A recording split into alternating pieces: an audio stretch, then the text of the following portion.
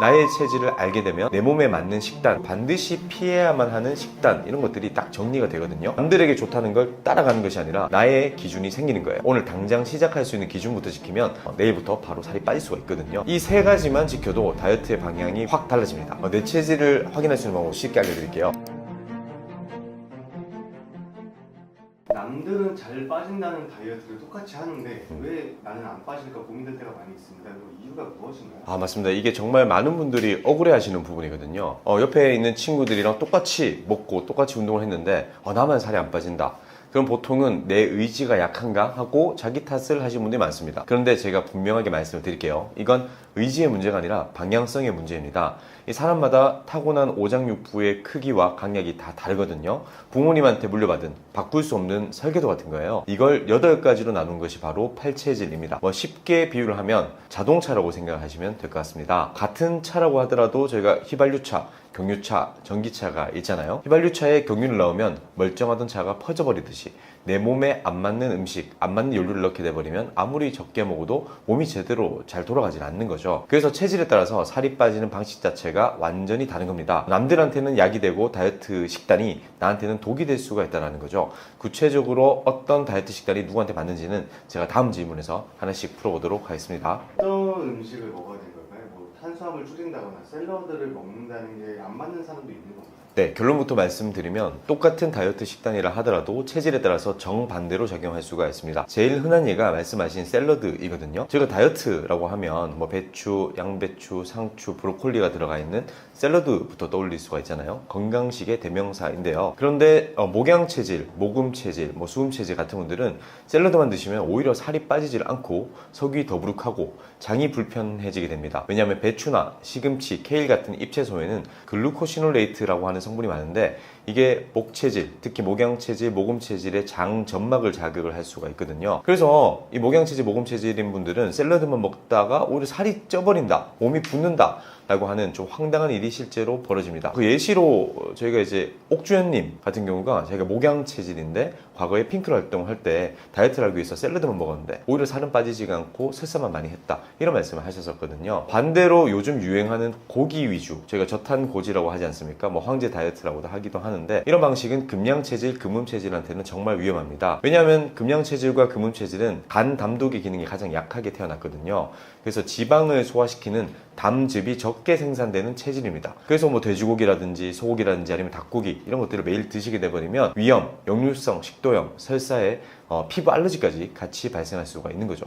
그래서 이런 분들은 이렇게 되는 거예요. 살은 빠졌는데 주변에서 요즘 왜 이렇게 안색이 안 좋아? 요즘 어디 아파? 아토피가 왜 이렇게 심해졌어? 이런 이야기를 듣게 되는 것이죠. 이렇게 누구나 좋다고 하는 식단이 체질에 따라서 약이 될 수도 있고 독이 될 수도 있습니다. 그렇다면 체질은 어떻게 아는 거고 체질을 알면 다이어트가 쉬워지는 건가요? 가장 크게 달라지는 건 더 이상 헤매지 않아도 된다는 거죠. 지금까지는 유행하는 다이어트를 이것도 해보고 저것도 해보고 실패하면 또 다른 걸 또 찾아보고 이런 것들을 많이 반복을 하셨을 거예요. 그런데 나의 체질을 알게 되면 내 몸에 맞는 식단, 그리고 반드시 피해야만 하는 식단, 이런 것들이 딱 정리가 되거든요. 그래서 남들에게 좋다는 걸 따라가는 것이 아니라 나의 기준이 생기는 거예요. 예를 들어서 내가 금체질이라는 걸 알게 되면 나는 고기로 단백질을 채우면 안 되구나, 생선이랑 해산물, 연어 스테이크로 가야겠구나, 이런 방향이 명확하게 발생하게 되는 거죠. 그리고 목양 체질이나 모금 체질이면 나는 잎채소, 샐러드가 맞지 않구나, 그래서 잎채소 대신에 뿌리채소를 먹고 그리고 생선이나 해산물 대신에 소고기를 먹어야겠구나, 이렇게 선택지가 줄어들기 때문에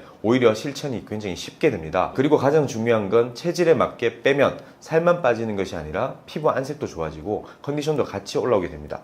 그래서 주변에서 다이어트 하더니 살도 빠지고 요즘 뭔가 피부도 좋아지고 삶이 더 좋아졌다, 이런 이야기를 듣는 다이어트, 이게 바로 팔체질 다이어트죠. 체질별로 살 뺄 때 줄여야 되는 음식과 오히려 챙겨야 되는 음식이 어떻게 다를까요? 네, 이 부분이 오늘의 핵심이거든요. 크게 제가 4가지 그룹으로 나눠서 말씀을 드릴게요. 먼저 목체질, 목양체질과 모금체질에 해당하는데요.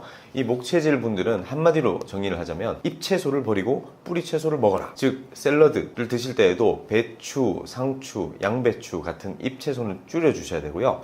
오히려 무나 당근, 연근, 비트, 감자, 고구마 같은 뿌리채소를 드셔야 돼요. 그리고 동물성 단백질에 있어서는 소고기가 최고의 보약입니다. 그리고 돼지고기도 잘 맞는 편인데요. 이 목양 체질과 모금 체질은 담즙이 풍부해서 육식이 정말 잘 맞거든요. 그래서 닭고기도 나쁘지가 않습니다. 그래서 육류를 통한 다이어트가 유익한 체질이 바로 목 체질이다, 이렇게 말씀을 드릴 수가 있을 것 같아요. 자, 다음 금 체질입니다. 금양 체질, 금음 체질에 해당하는데요. 좀 전에 제가 말씀드렸던 목 체질과 정반대입니다. 이분들은 육식을 끊고 바다로 가셔야 됩니다. 즉 모든 고기, 모든 육류, 우유, 치즈, 계란 노른자처럼 지방질이 많이 함유된 이런 음식들은 좀 줄여주셔야 되고요. 대신 불포화 지방산이 많이 함유된 바다 생선, 조개, 새우, 게, 오징어 같은 해산물로 단백질을 채우셔야 됩니다. 뭐 새끼를 다 이런 해산물로 구성을 하셔도 굉장히 건강에 도움이 많이 되거든요. 자, 그리고 세 번째는 토체질입니다. 토양 체질과 토음 체질에 해당하는데요. 이 토체질 분들은 갑상선이 좀 항진되기 쉬운 체질이세요. 그래서 몸에 열이 많은 편이기 때문에 열을 좀 식혀줄 수 있는 그런 음식이 좋습니다. 그래서 밥을 먹는다 하더라도 흰 쌀밥보다는 보리밥이 잘 맞고요. 고기 같은 경우는 아난다마이드라고 해서 혈압과 체온을 떨어뜨려 줄 수 있는 돼지고기가 굉장히 잘 맞습니다. 반대로 인삼, 홍삼 또는 닭고기처럼 뜨거운 성질의 음식은 줄이시는 것이 좋습니다. 마지막은 수체질입니다. 수양체질과 수음체질에 해당하시는 분들인데요. 수체질은 위장이 차고 약한 편이에요. 그리고 갑상선 대사 기능도 조금 저하된 분들이 많습니다. 그래서 따뜻한 성질의 음식이 약이 되는 분들이에요. 그래서 삼계탕, 닭고기 또는 현미나 찹쌀, 그리고 꿀, 홍삼 이런 것들이 굉장히 잘 맞습니다. 여기서 수체질 분들이 꼭 기억하셔야 될 게, 소식하는 것은 좋지만 너무 자주 먹으면 또 안 됩니다. 왜냐하면 이분들은 위장 운동이 느리기 때문에 앞에 먹은 게 소화되기도 전에 다시 음식이 들어가게 돼버리면 계속 위장관계에 음식이 쌓이게 되거든요. 이렇게 같은 다이어트라 하더라도 체질마다 줄여야 될 음식과 챙겨야 될 음식이 완전히 다르다, 이렇게 생각하시면 되겠습니다. 다이어트가 자꾸 실패하는 사람들에게 오늘 식단에서 이것만 한번 바꿔봐라, 어떻게 추천하시나요? 아직 나의 팔체질을 정확히 모르시는 분들이 많지 않습니까? 괜찮습니다. 오늘 당장 시작할 수 있는 기준부터 지키면 내일부터 바로 살이 빠질 수가 있거든요. 첫 번째로는 정제 탄수화물부터 줄이시는 것이 좋습니다. 설탕, 밀가루, 가공식품, 단 음료수 이런 것들은 어떤 체질이든 과하게 먹으면 좋지가 않습니다. 체질을 따질 것 없이 여기부터 줄이는 것이 가장 안전한 다이어트의 출발선입니다. 두 번째, 내 몸이 보내는 신호를 관찰을 해보세요. 어떤 음식을 먹고 나서 유독 속이 더부룩하다, 좀 피부가 뒤집어졌다, 아니면 설사를 한다, 머리가 아프다, 그렇다면 이 음식은 내 체질에 맞지 않는다는 몸의 분명한 신호이거든요. 내 몸은 거짓말을 하지 않습니다. 셋째, 속이 편한 단백질을 찾으세요. 고기를 먹으면 속이 더부룩한 분들은 해산물이나 생선으로 바꿔보시고요. 반대로 나는 생선은 영 비린내가 나서 당기지 않는다, 고기를 먹어야 든든한 분들은 그쪽이 나의 단백질 가능성이 높습니다. 이 세 가지만 지켜도 다이어트의 방향이 확 달라집니다. 그리고 정확한 나의 체질이 궁금하시다면 제가 서술한 책 체질혁명의 자가 진단부터 체질별 식단까지 하나하나 다 정리해 두었으니까요. 꼭 한번 확인해 보시길 권장해 드립니다. 오늘부터는 의지 탓하지 마시고 방향을 바꿔보세요. 원장님, 그러면 내 체질은 어떻게 자가 검진할 수 있을까요? 쉽게 확인할 수 있는 방법이 있나요? 네, 보통은 체형, 외모, 성격을 기준으로 내 체질을 확인할 수 있는 방법 지금부터 쉽게 알려드릴게요. 먼저 목양 체질에 대해서 말씀을 드리자면, 목양 체질은 한마디로 정의하자면 둥글둥글한 눈사람 체형인 분들이 많습니다. 풍채가 좋고 살집이 있는 편이기 때문에 마른 목양 체질은 거의 보기가 힘들어요. 그리고 목양 체질임을 알 수 있는 외모적 특징도 있는데요. 인상 자체가 좀 둥글둥글하고 후덕하고 좀 넉넉해 보이는 분들이 많습니다. 그리고 표정 변화가 그렇게 크진 않아서 약간은 포커페이스 같은 느낌을 주는 분들이 많죠. 성격 같은 경우는 과묵하고 좀 너그러운 보스 스타일입니다. MBTI로 이야기를 하자면 I가 많다고 보시면 됩니다. I와 S 유형이 많다고 보시면 되는데 자기 속내를 잘 드러내지 않고 말수가 적은 편입니다. 그래서 목양 체질은 말을 많이 하면 유독 기운이 빠지고 피곤해지는 분들도 많아요. 음식 반응에 있어서는 내가 소고기, 뿌리채소, 밀가루를 먹어도 전혀 문제가 없다, 이런 분들이 목양 체질인 경우가 많거든요. 그리고 무나 당근, 연근, 감자 이런 것들이 보약이죠. 그런데 반면에 조개, 굴, 새우 같은 갑각류나 해산물류는 나 이상하게 싫다, 비린내가 나서 싫다, 먹기 싫다, 싫어한다, 이런 분들이 목양 체질일 가능성이 높습니다. 그리고 신체 반응 중에서는 사우나에서 땀을 쫙 빼면 그렇게 깨어날 수가 없습니다. 너무 컨디션이 좋아지는 거죠. 연예인으로 예시를 들어보자면요, 우리 마동석님 같은 경우가 아주 대표적인 목양 체질로 추정이 되고 있습니다. 그런 어떤 풍채가 좋고 땀도 조금 많을 것 같고 과묵한 사업가 기질 보스형, 이런 분들이 주변에 꼭 한 분씩 있는데, 만약에 내가 여기에 해당한다 라고 하면 목양 체질 가능성이 높다 라고 생각하시면 될 것 같아요. 자, 두 번째, 이번에는 모금 체질을 내가 쉽게 알아볼 수 있는 방법을 알려드릴게요. 일단 모금 체질은 키가 크고 팔, 다리가 길쭉길쭉한 분들이 많습니다. 평소에 말라 보여도 조금만 운동을 하면 금방 근육이 붙는 그런 체질인 분들이 많죠. 모델이나 농구선수, 배구선수 중에 유달리 모금 체질이 많습니다. 외모 같은 경우는 이분들은 약간 서구적인 이목구비를 가지고 있어요. 눈도 크고 코도 크고 좀 입도 크고 시원시원한 피지컬을 가진 경우가 많습니다. 성격은 이분들은 일반적으로 외관적으로는 좀 외향적입니다. 외향적이고 밝은데 속은 감수성이 굉장히 풍부합니다. 무심한 말 한마디에도 조금 상처를 쉽게 받을 수도 있고요. 가끔 욱하는 면도 있습니다. 자, 음식 반응 여기가 핵심인데요. 모금 체질은 사실은 대장이 좀 짧고 약한 분들이 많습니다. 그래서 밥은 잘 먹는데 화장실도 좀 자주 가는 분들이 많아요. 하루에 평소에 화장실을 2번 정도 가는 것이 일상이다. 또는 조금 안 맞는 음식을 먹었을 때는 3번, 4번 정도 화장실로 직행한다. 이런 분들이 바로 모금 체질인 경우가 많습니다. 이분들도 마찬가지로 소고기, 돼지고기 같은 육류를 먹으면 보약인데 해산물 그리고 샐러드, 배추, 양배추 같은 잎채소를 먹으면 오히려 조금 설사를 하고 컨디션이 안 좋아진다.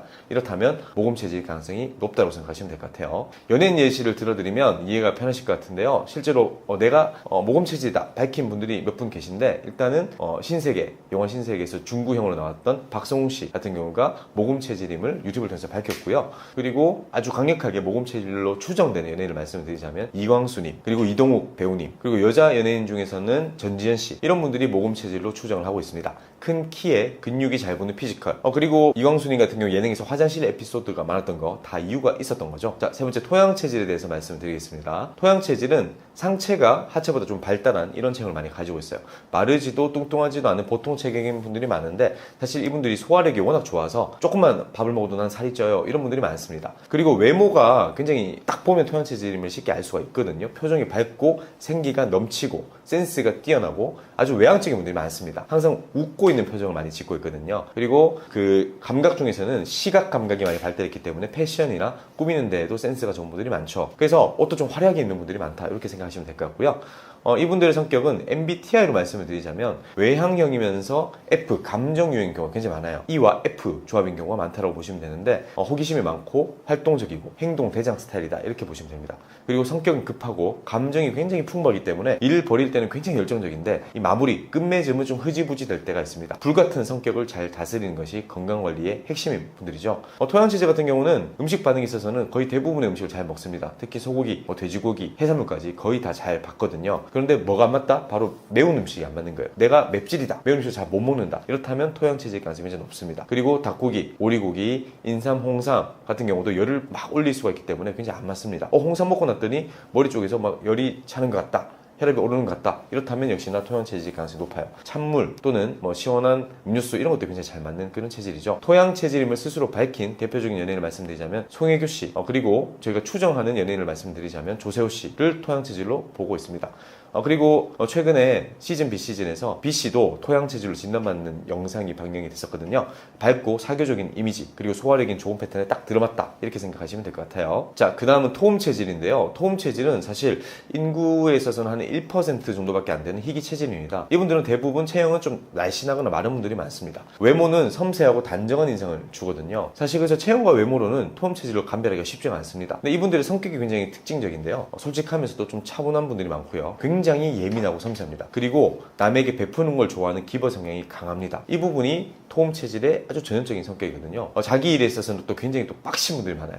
아주 워커홀릭도 많고요. 하나의 업무를 완수를 해야 되겠다 싶으면 막 새벽 3시, 4시까지 잠을 자지 않고 업무를 처리하는 이런 분들이 토음 체질인 경우가 굉장히 많습니다. 그런데 토음 체질은 약 부작용이 심한 게 굉장히 큰 특징입니다. 특히 항생제나 진통제, 페니실린 이런 약물을 먹었는데도 과민 반응이 잘 나타나는 분들이 많습니다. 피부 알러지가 생길 수도 있고 설사를 하실 수도 있고요.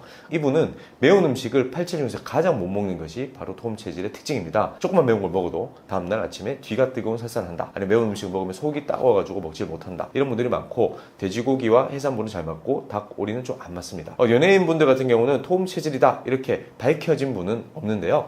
제가 강력하게 추정하기로는 지드래곤님 같은 경우가 굉장히 강력하게 토음 체질로 추정이 되고 있고요. 그리고 여자 연예인 중에서는 아이유 같은 경우도 토음 체질로 추정하고 있습니다. 그리고 지드래곤님 같은 경우는 제가 지드래곤님이 8체질 이상 토음 체질일 것이다 라고 분석했던 그런 그 인스타 영상이 2가지가 있는데 그 2가지 영상에 모두 좋아요를 또 눌러주셨더라고요. 아마 본인이 생각했던 본인의 이미지와 제가 또 분석했던 내용들이 잘 부합됐기 때문에 그런 게 아닐까 생각을 해봤습니다. 자, 금양 체질은 마른 편이고요. 어깨가 넓은 역삼각형 체형의 분들이 많습니다. 그리고 어깨가 굉장히 좀 특징적인데 이 직각 어깨를 가진 분들이 많아요. 어깨가 이렇게 직각이죠. 보톡스를 맞은 것도 아닌데 직각 어깨를 가진 분들이 금양 체질에 많습니다. 외모는 평소에 좀 부드러운 인상처럼 보이는데 그런데 눈을 보면 좀 달라요. 눈빛이 강하고 날카로운 분들이 많습니다. 차분해 보이지만 어딘가 호락호락하지 않은 그런 느낌이 있죠. 성격은 이분들은 사실 8체 중에서 가장 내향적이다 이렇게 밝혀져 있습니다. 그리고 직관이 발달한 천재 또는 예술가형인 분들이 많습니다. 혼자서 깊이 사고하는 걸 좋아하고요.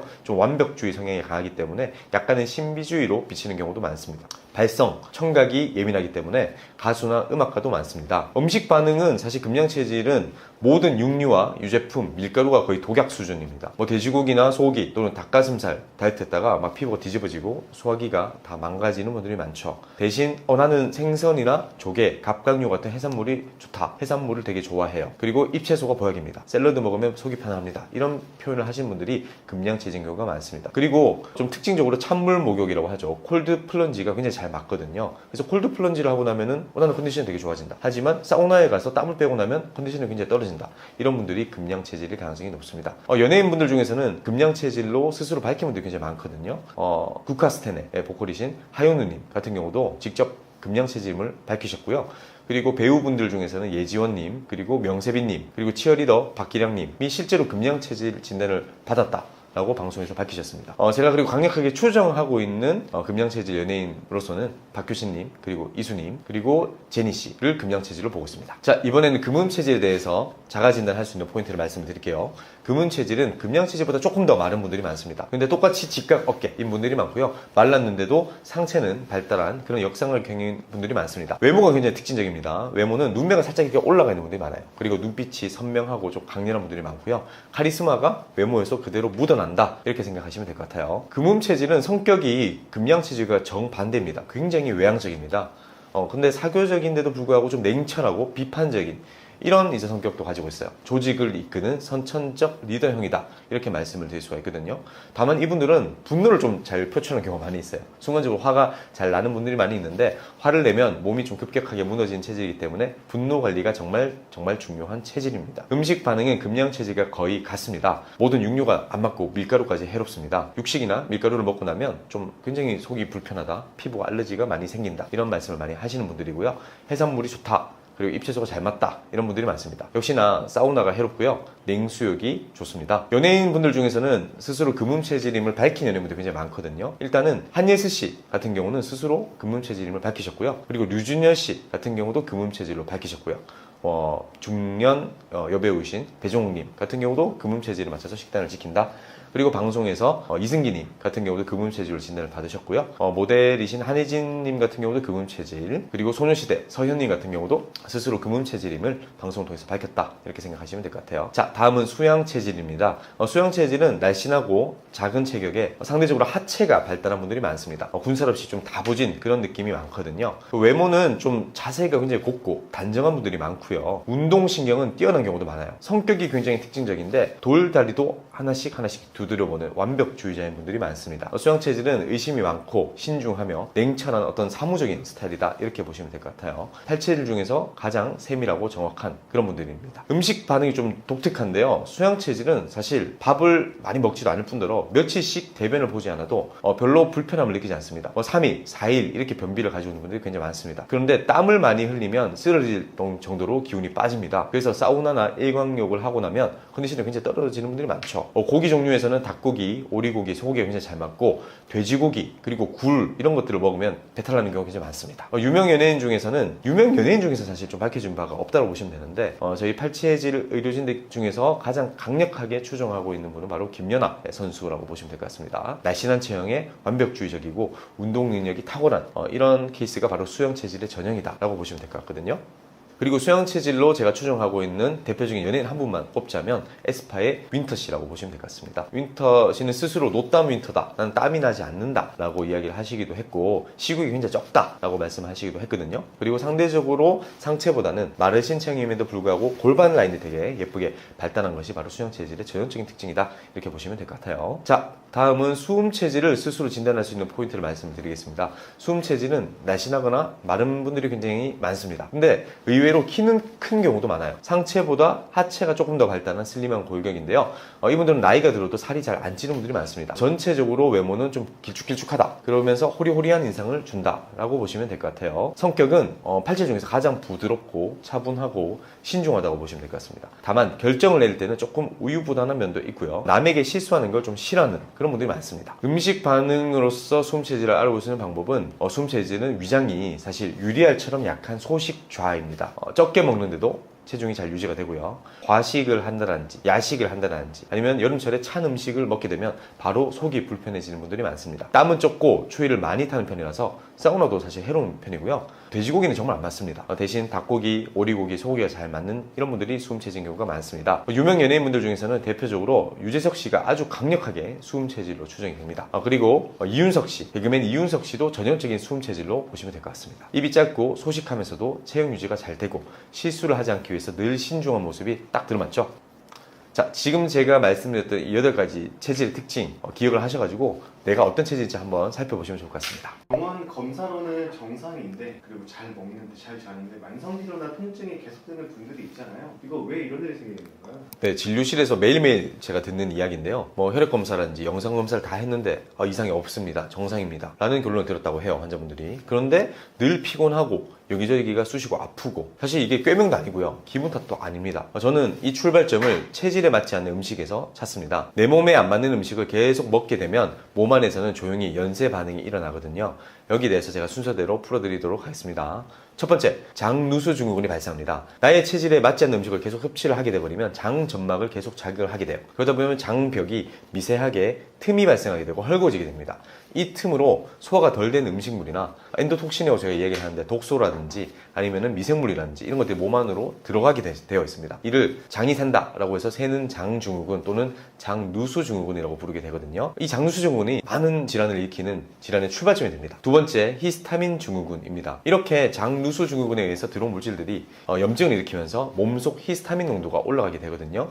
그리고 히스타민이 높아지게 돼버리면 가려움, 둔거림, 두통, 만성 피로 같은 설명 안 되는 여러 가지 증상들이 줄줄이 나타나게 되어 있습니다. 세 번째, 부신피로 증후군입니다. 이렇게 히스타민 신드롬이라든지 장누수 증후군이 오래 지속이 되다 보면 스트레스 호르몬을 만들어내거나 염증 호르몬을 만들어내는 부신이 지치게 됩니다. 부신에서 생산하는 코르티졸이 원래 염증을 억제를 하고 히스타민을 억제를 해주게 되는데 이게 고갈되면 피로가 만성적으로 굳어지게 되는 것이고 여러 가지 증상들이 계속 나타나게 되는 것이죠. 마지막 네 번째, 불연성 갑상선 기능 저하, 갑상선 기능 저하 증후군이라고 표현하기도 하는데요. 불연성 갑상선 기능 저하증이 무엇이냐면 갑상선 호르몬 수치는 정상인데도 불구하고 우리 몸에서는 갑상선 호르몬을 제대로 쓰지 못하는 그런 상황을 이야기를 하는 거예요. 간과 장, 부신이 지치게 돼버리면 이렇게 불연성 갑상선 기능 저하증이 생기게 되거든요. 이러면 늘 몸이 춥고 무겁고 피로하고 살이 찌게 됩니다. 하지만 혈액검사상에서는 정상으로 찍히게 되는 거예요. 이 네 가지가 사실은 하나로 연결된 도미노입니다. 그리고 이 첫 도미노를 딱 건드리는 게 바로 나의 팔체질에 안 맞는 음식의 반복적인 섭취라는 거죠. 같은 피로와 같은 통증도 체질에 따라서 다르게 나타날 수 있나요? 맞습니다. 똑같이 피곤하다라고 말씀을 하시는데요. 팔체질별로 체질마다 결이 다릅니다. 가령 목양 체질과 모금 체질 이분들은 부종이 많이 생겨요. 몸이 무겁고 찌뿌둥한 이런 피로를 많이 호소를 하게 됩니다.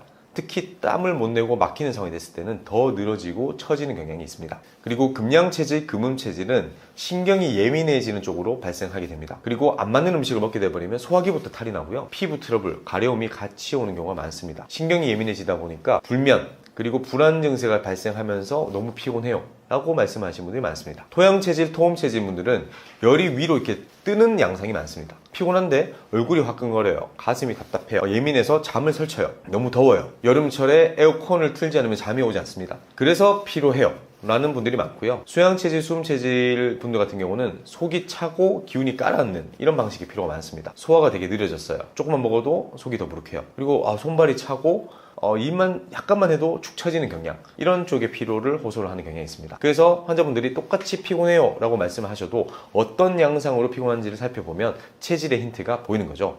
통증도 마찬가지입니다. 체질에 맞지 않는 음식을 먹게 되버리면 염증 물질이 발생하게 되고 이것이 관절과 근육 어디서 어떻게 터지느냐, 이건 아무도 알 수가 없는 거거든요. 그래서 체질마다 다 다르게 나타난다 라고 생각하시면 될 것 같아요. 체온을 올리면 면역력이 좋아진다는 말이 있잖아요. 이거는 어떻게 생각하시나요? 이게 굉장히 정말 중요한 질문인데요. 체온을 1도 올리면 면역력이 올라간다.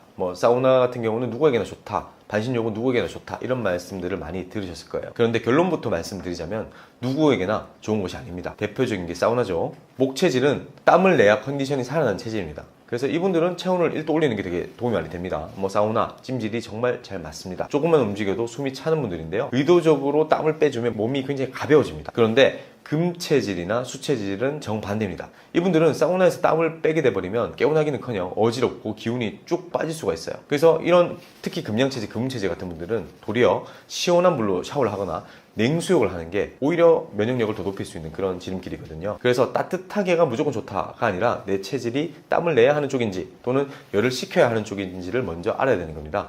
사우나에서 어지러웠던 경험 또는 반신욕하고 난 다음에 컨디션이 더 무너졌던 경험 괜히 그런 게 아닙니다. 내 몸이 보냈던 체질 신호였던 거죠.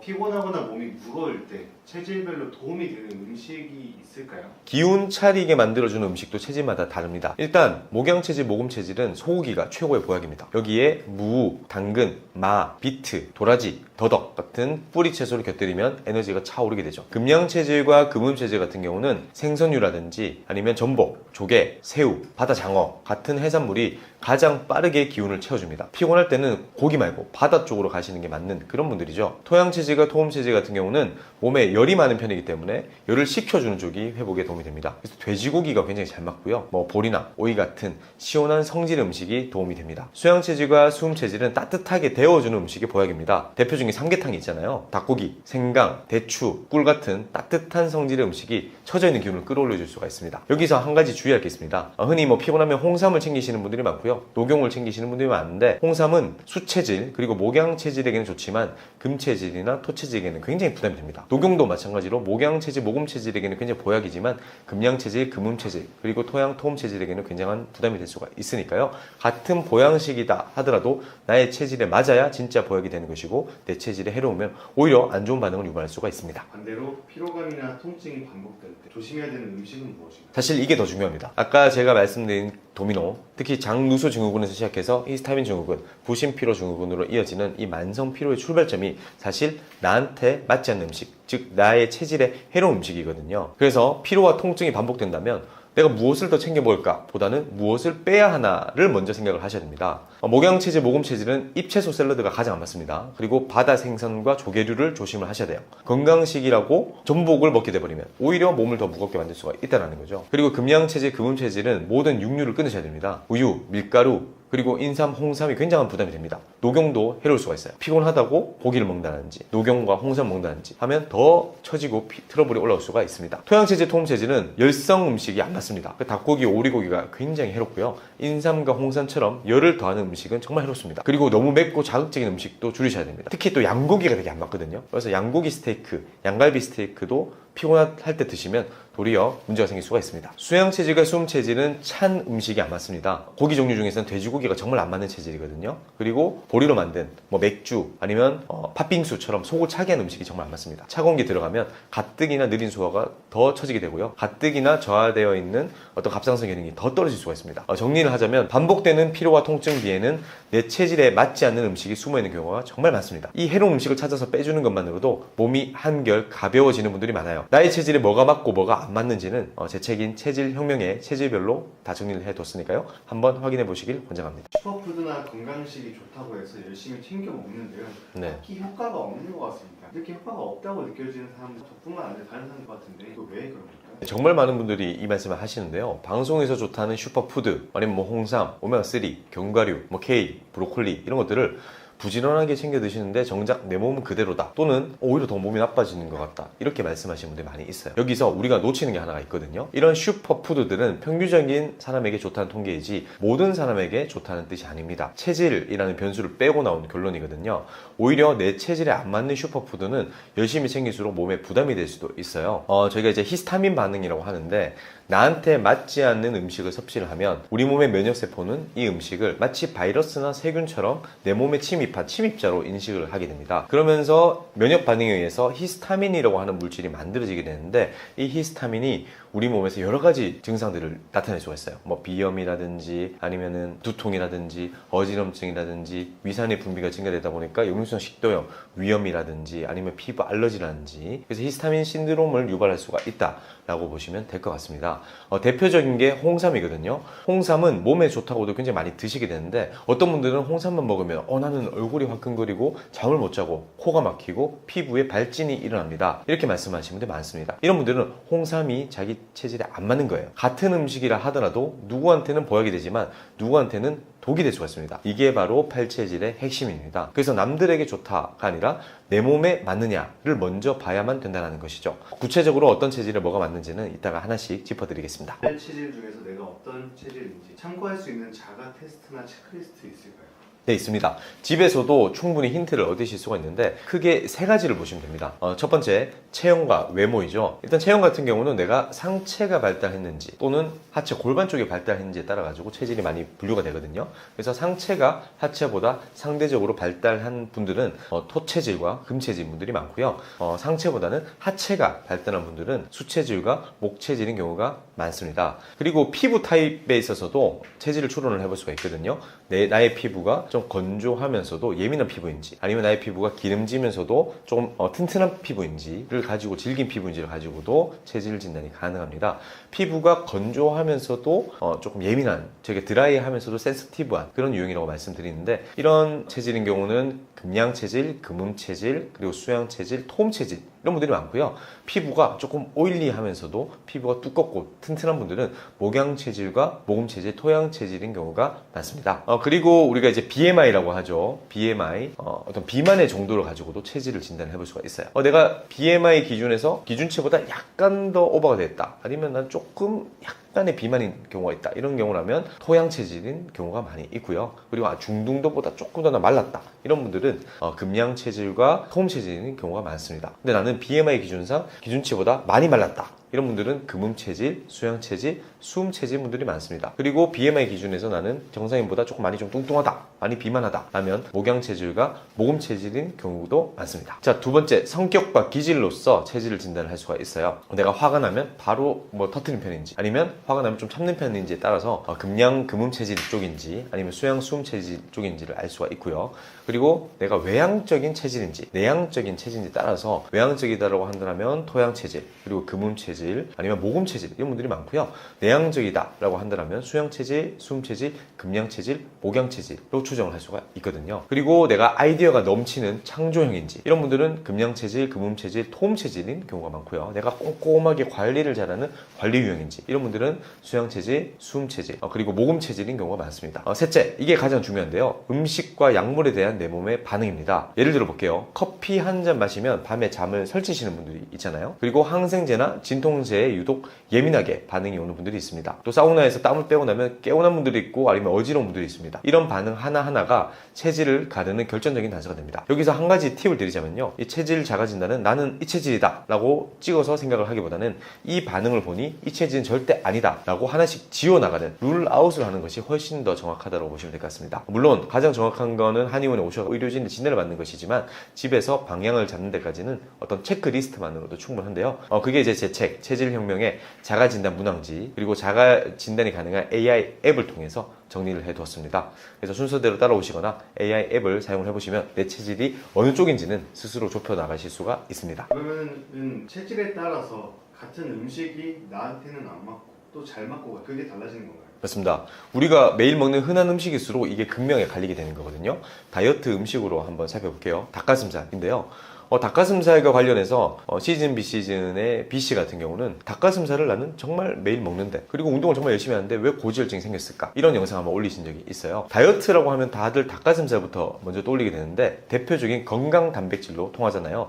그런데 이 닭가슴살은 수양 체질이나 수음 체질 또는 목양 체질한테는 굉장히 잘 맞는 단백질이 맞습니다. 하지만 토양 체질, 톰 체질 그리고 금양 금음 체질한테는 가장 안 맞는 음식 중에 하나예요. 시즌 비시즌의 B씨 같은 경우는 토양 체질 고지혈질로 진단을 받으셨는데요. 자기한테 안 맞는 닭가슴살을 먹다 보니까 고지혈증이 생길 수가 있다, 이렇게 생각하시면 되겠죠. 그래서 금체질이나 토체질 이런 분들이 다이어트 한다고 닭가슴살을 매일 먹게 돼버리면 속이 더부룩하고 피부 트러블이 생길 수가 있고 고지혈증이 오히려 생길 수가 있습니다. 다음은 잎채소에 대해서 말씀드려볼게요. 배추, 양배추, 상추, 브로콜리 같은 잎채소인데요. 이런 것들은 금양체질, 금음체질, 토양체질, 토음체질한테는 정말 좋은, 거의 보약 같은 채소입니다. 하지만 이런 잎채소가 목양체질, 모금체질에게는 오히려 독이 될 수가 있습니다. 이 채소들에 들어가 있는 글루코시놀레이트 같은 성분이 목체질의 장을 자극하기 때문에 설사나 장 트러블을 일으킬 수가 있거든요. 그래서 나는 샐러드만 먹었는데 살은 안 빠지고 설사만 하고 속이 불편하다 하시는 분들은 목체질인 경우가 많습니다. 과일도 마찬가지입니다. 저희가 사과는 하루 하나의 사과를 먹으면 의사가 필요 없다, 이런 속설도 있지 않습니까? 하지만 사과는 수체질, 수양체질, 수음체질과 목양체질에게는 굉장히 좋은 과일이지만 금양체질이라든지 토양, 토음체질한테는 정말 안 맞습니다. 음료도 한번 말씀드려볼까요? 커피는 목양, 모금체질은 한 잔 마셔도 굉장히 개운합니다. 하지만 금양체질이나 금음체질 또는 수체질은 카페인에 예민하기 때문에 한 잔만 마셔도 밤새 잠을 설칠 수도 있죠. 이렇게 우리가 매일 먹는 닭가슴살, 잎채소, 사과, 커피처럼 이런 누구나 먹는 음식조차 체질에 따라서 약과 독으로 갈릴 수가 있습니다. 그래서 남들 다 먹는데 왜 나만 못 먹어? 이게 사실은 아주 정상적인 반응이다, 이렇게 생각하시면 될 것 같아요. 체질에 따라서 일상 속 식단을 잘 고르는 방법 어떤 게 있을까요? 네, 복잡하게 생각하실 필요 없고요. 집에서 차리는 한 끼를 밥, 즉 곡물이죠. 그리고 단백질, 그리고 채소, 이 세 가지 축으로 나눈 다음에 거기 체질에 맞게 고르시면 됩니다. 먼저 밥부터 말씀을 드리자면요. 목양체질이나 모금체질, 수양체질, 수음체질은 흰쌀밥도 잘 맞지만 현미, 찹쌀이 잘 맞는 편입니다. 하지만 이제 토양체질, 토음체질 같은 경우는 현미, 찹쌀이 해롭거든요. 그래서 보리가 잘 맞기 때문에 보리나 귀리를 섞은 잡곡밥이 좋습니다. 금양체질과 금음체질 같은 경우는 흰 쌀밥이 잘 맞는데요. 잡곡류 중에서는 메밀이 잘 맞기 때문에 메밀과 녹두 그리고 백미를 섞은 그런 곡물이 잘 맞습니다. 다음 단백질을 말씀드리자면요. 목양체질과 모금체질은 소고기가 가장 잘 맞습니다. 그리고 돼지고기도 그렇게 나쁘진 않고요. 그리고 수양체질과 수음체질 같은 경우는 닭고기가 굉장히 잘 맞거든요. 닭고기나 삼계탕 이런 것들을 대표적으로 섭취해 주시면 좋은 동물성 단백질이고요. 토양체질과 토음체질 같은 경우는 돼지고기가 정말 잘 맞습니다. 돼지고기와 해산물을 드시면서 권장을 하고요. 금양체질, 금음체질 같은 경우는 모든 생선 종류라든지 해산물류가 굉장히 잘 맞기 때문에 해산물로서 동물성 단백질 섭취를 하라, 이렇게 말씀을 드릴 수 있겠죠. 마지막은 채소입니다. 목양체질과 모금체질은 잎채소가 정말 해로운 체질이거든요. 그래서 무나 당근, 연근 같은 뿌리 채소를 챙기시는 것이 좋습니다. 이거는 수양체질과 수음체질도 목양체질과 동일합니다. 상대적으로 잎채소보다는 뿌리 채소가 훨씬 더 잘 맞다고 보시면 될 것 같고요. 금양체질과 금음체질 그리고 토양체질, 토음체질은 반대로 뿌리 채소가 좀 안 맞습니다. 배추, 상추 같은 잎채소가 훨씬 잘 맞는 체질이다라고 보시면 될 것 같아요. 그러니까 예를 들어서 목체질이라면 소고기 묵국에 흰쌀밥, 감자와 고구마 같은 상차림이 최고의 한 끼가 되는 거고요. 금체질이다라면 생선구이에 메밀밥, 상추쌈, 이 딱 맞는 밥상이 되는 거죠. 이렇게 한 끼를 세 축으로 나눠서 살펴보면 몇 끼니가 곧 체질 관리가 될 수가 있습니다. 저희가 흔히 편의점이나 카페에서는 메뉴를 편하게 고를 때가 있는데 그럴 때도 선택하는 요령이 있을까요? 네, 먼저 카페부터 살펴볼게요. 목양체질과 모금체질은 우유도 잘 맞고요. 카페인도 잘 맞는 편입니다. 그래서 우유랑 커피가 둘 다 잘 맞기 때문에 따뜻한 카페 라떼가 무난하다라고 보시면 됩니다. 근데 모금체질 같은 경우는 사실 아이스 아메리카노는 좀 안 맞을 수가 있어요. 이 장이 굉장히 민감하기 때문에 차가운 음식을 먹게 되면 또 설사할 수가 있거든요. 반대로 금양체질, 금음체질 같은 경우는 카페인도 맞지가 않고요. 우유도 맞지가 않습니다. 그래서 라떼가 굉장히 해롭다라고 보시면 될 것 같고 오히려 캐모마일이나 페퍼민트 같은 허브티가 부담이 적습니다. 토양체질, 토음체질은 몸에 열이 굉장히 많기 때문에 시원한 음료가 잘 맞습니다. 얼어 죽어도 아이스 아메리카노 마신다 이런 분들이 많죠. 수체질은 반대로 찬 음료나 카페인을 피하시는 게 좋습니다. 생강차나 대추차처럼 따뜻한 차를 고르시는 것이 하나의 방법입니다. 자, 이제 편의점으로 가볼게요. 목양체질, 모금체질은 우유나 치즈, 호두 같은 견과류, 고구마, 소고기, 육포 이런 것들이 다 좋은 선택입니다. 샐러드는 굳이 고르시지 않으셔도 됩니다. 금양체질, 금음체질은 참치김밥이나 삼각김밥 종류 중에서도 해산물이 들어간 그런 김밥, 새우나 게살이 함유된 김밥 또는 생선 종류, 그리고 바나나, 딸기 같은 과일이 잘 맞습니다. 대신 견과류나 우유, 소시지는 피하셔야 되죠. 토양체질과 토음체질은 열을 식혀준 쪽이기 때문에 과일이 무난하고요. 그리고 보리가 들어간 제품도 무난합니다. 인삼이나 홍삼 음료 같은 것들은 안 마시는 것이 좋겠죠. 수양체질, 수음체질은 따뜻하게 몸을 데울 수 있는 그런 음식들이 잘 맞습니다. 군 고구마도 잘 맞고요. 견과류도 잘 맞고요. 대신에 찬 음료수나 아이스크림은 속을 차게 하기 때문에 피하시는 것이 좋습니다. 핵심만 기억하시면 됩니다. 고를 게 많아서 헷갈릴 때는 내 체질에 안 맞는 것부터 뺀다 라고 생각하시면 될 것 같아요. 이것만 해도 실패 확률이 확 줄어들 수가 있거든요. 흔히들 과일은 몸에 좋다, 뭐든 먹으면 된다고 생각하잖아요. 근데 이 과일도 먹으면 안 되고 오히려 독이 되는 경우가 있을까요? 네, 충분히 그럴 수 있습니다. 과일은 무조건 건강식이다. 이게 우리 머릿속에 박혀 있잖아요. 그래서 천연 비타민을 챙기기 위해서 이런 과일, 저런 과일 골고루 드시게 되는데 사실 과일도 아무렇게나 먹으면 오히려 몸에 부담이 되는 경우가 많습니다. 하나는 혈당 문제입니다. 과일은 단맛이 많이 나지 않습니까? 이 단맛이 혈당을 꽤 빠르게 올리는 과일 종류도 있기 때문에 혈당을 관리를 하셔야 되는 분들은 과일 종류를 가리셔야 됩니다. 또 하나는 체질 문제입니다. 같은 과일이라도 내 체질에 맞으면 보약처럼 작용하지만 안 맞게 돼버리면 오히려 히스타민 반응을 일으키게 되면서 속을 불편하게 하고 몸을 붓게 만든다든지 알러지를 유발할 수가 있습니다. 그러니까 과일이니까 무조건 다 좋다가 아니라 어떤 과일을 누가 어떻게 먹느냐를 같이 봐야만 됩니다. 혈당 이야기랑 체질 이야기 지금부터 하나씩 풀어드릴게요. 50대, 60대는 혈당 때문에 과일도 조심하는 편이긴 한데요. 혈당을 빨리 올리는 과일 그리고 덜 올리는 과일 따로 있는 건가요? 네, 확실히 차이가 있습니다. 여기서 혈당 지수라는 말을 한번 짚고 넘어갈게요. 쉽게 말해서 먹었을 때 혈당이 얼마나 빨리 치고 올라가느냐, 이 속도를 점수로 매긴 것이 혈당 부하 지수예요. 이 점수가 높은 과일일수록 혈당을 급격하게 끌어올린다고 보시면 되고요. 그래서 혈당을 빨리 올리는 과일부터 먼저 살펴볼게요. 대표적인 게 수박, 그리고 파인애플, 잘 익은 바나나, 망고와 포도입니다. 이런 과일들은 달고 시원하기 때문에 여름철에 많이 드시잖아요. 하지만 혈당이 쑥 하고 바로 올라가기 쉬운 과일들입니다. 특히나 말린 과일인 경우는 더욱더 위험하고요. 곶감 같은 경우는 당이 굉장히 농축이 많이 되어 있기 때문에 더욱 조심을 하셔야 됩니다. 혈당 부하 지수가 중간쯤 되는 과일을 말씀을 드리자면 키위와 귤과 오렌지 같은 종류이고요. 반대로 혈당을 천천히 올리는 비교적 안전한 과일은 사과, 배, 자몽, 그리고 딸기나 블루베리 같은 베리류를 굉장히 추천합니다. 체리, 자두, 복숭아도 비교적 천천히 올리는 편입니다. 그래서 혈당이 걱정되시는 분들은 수박, 포도, 바나나는 양을 줄이셔야 되고요. 베리류 쪽으로 가시는 것이 조금 더 안심을 하실 수가 있습니다. 다만 이건 어디까지나 일반적인 기준이고요. 당뇨가 있으신 분들은 또 내과 선생님과 꼭 상의하시면서 드시는 것이 좋습니다. 체질 얘기 자주 해주셨는데 네. 과일도 체질에 따라서 조심해야 하는 음식이 따로 있는 건가요? 먼저 사과에 대해서 말씀드리자면요. 사과는 하루 한 알의 사과면 의사가 필요 없다라는 속담도 있지 않습니까? 그런데 수체질과 목체질한테는 정말 좋은 과일인데요. 금체질과 토체질한테는 영 안 맞습니다. 사과를 먹으면 오히려 속이 쓰리고 불편하고 알러지가 많이 생길 수가 있어요. 두 번째, 귤과 오렌지 같은 감귤류입니다. 이것도 역시나 수체질과 목체질한테는 잘 맞습니다. 괜찮은데요. 토체질 그리고 금양체질에게는 가장 안 맞는 과일 중에 하나입니다. 제 환자 중에서 제주도에서 감귤 농사를 지으시는 분이 있으셨는데 이분이 입술이 이렇게 부어서 오신 거예요. 너무 부어가지고 대학병원에 가서도 낫지 않으셔갖고 저희 한의원에 찾아오셨는데 보니까 감귤 농사를 지으면서 이렇게 낙과하는 과일들이 많이 있지 않습니까? 이런 것들을 자기가 너무 아까우니까 다 드셨던 거예요. 매일 하루에 한 3박스씩.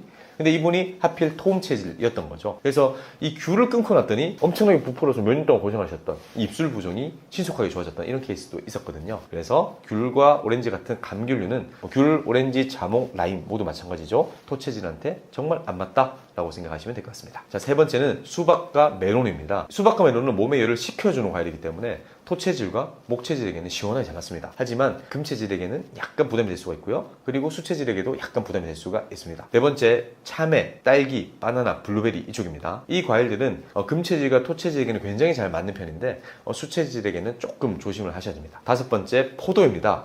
포도는 사실 금체질에게는 보약 수준이거든요. 그리고 토체질에게도 잘 맞는데 유달리 목체질한테는 정말 안 맞습니다. 목체질이 포도를 자주 먹게 되버리면 역시나 배탈이 발생할 가능성이 이제 올라간다고 보시면 될 것 같고 알러지도 발생할 수가 있습니다. 반면에 복숭아, 자두, 체리 같은 과일들은 어떤 체질이든 비교적 무난하게 먹을 수가 있는 이런 과일도 있습니다. 정리를 하자면 목체질은 사과, 배, 수박이 되게 잘 맞고요. 금체질은 포도, 딸기, 블루베리가 굉장히 잘 맞고요. 토체질은 수박, 참외 같은 시원한 과일, 수체질은 사과, 귤, 망고가 잘 맞는 쪽이다. 이렇게 기억을 하시면 될 것 같습니다. 건강하려고 먹은 과일인데 왜 이렇게 먹고 났더니 속이 불편하지? 이건 그 과일이 나의 팔체질과 맞지 않았을 가능성이 굉장히 큰 겁니다. 과일을 먹고 나서 속이 불편한 경우도 있고요. 몸이 붓는 경우도 있고요. 이런 반응인 건가요? 네, 이게 아주 정확한 반응인데요. 나의 체질에 맞지 않는 음식이 내 몸 안에 들어왔다. 이러면 내 몸의 면역세포 입장에서는 일종의 낯선 침입자, 식품 알러젠이라고 제가 표현을 하는데 푸드 안티젠이라고 이야기를 하거든요. 나한테 안 맞는 음식이 들어오면 침입자로 인식을 하게 되는 거예요. 그래서 우리 몸에서는 히스타민이라고 하는 물질을 방출시키면서 여러 가지 불편한 반응이 나타나게 됩니다. 왜냐하면 히스타민 수용체가 H1, H2, H3, H4가 온몸에 전신에 분포하고 있거든요. 생활 속에서 이렇게 느껴지실 겁니다. 첫 번째, 소화기입니다. 특정 과일을 먹고 났더니 유독 속이 더부룩하다, 메스껍다, 부글거린다, 가스가 많이 찬다. 이런 말씀하신 경우가 있는데 이게 체질에 안 맞는 음식을 먹었을 때 나타날 수 있는 대표적인 반응입니다. 두 번째, 붓기입니다. 히스타민이 대표적으로 부종을 일으킬 수가 있는 그런 물질이거든요. 전날 내가 사과나 귤을 먹었는데 다음날 이상하게 얼굴이나 손발이 괜히 푸석푸석하게 많이 붓는다. 이게 바로 히스타민이 혈중 농도가 올라가면서 몸에서 수분을 잡아두기 쉬운 이런 현상이 발생했기 때문이라고 보시면 될 것 같습니다. 세 번째는 대변입니다.